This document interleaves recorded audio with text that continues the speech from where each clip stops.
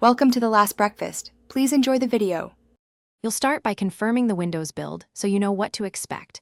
Open Settings and check System About. Once done, make sure the laptop is plugged in and has roughly 10% free disk space to allow temporary files.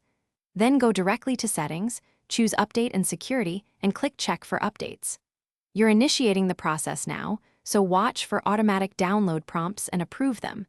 This avoids install failures caused by low battery or full disk. After you click Check, Windows will fetch available updates. A feature pack can be multiple gigabytes, so let it download fully.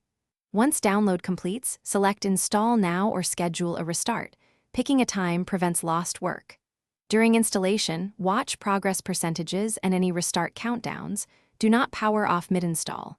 If an update pauses or fails, note the error code and try running the Windows Update troubleshooter. This middle phase is about patience. Once installation finishes and the laptop restarts, verify success by reopening Windows Update and confirming the up-to-date message.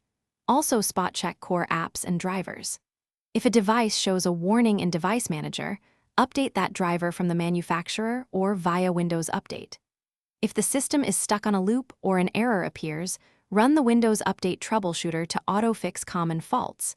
If problems persist, use System Restore to roll back to the last working point. This troubleshooting tip usually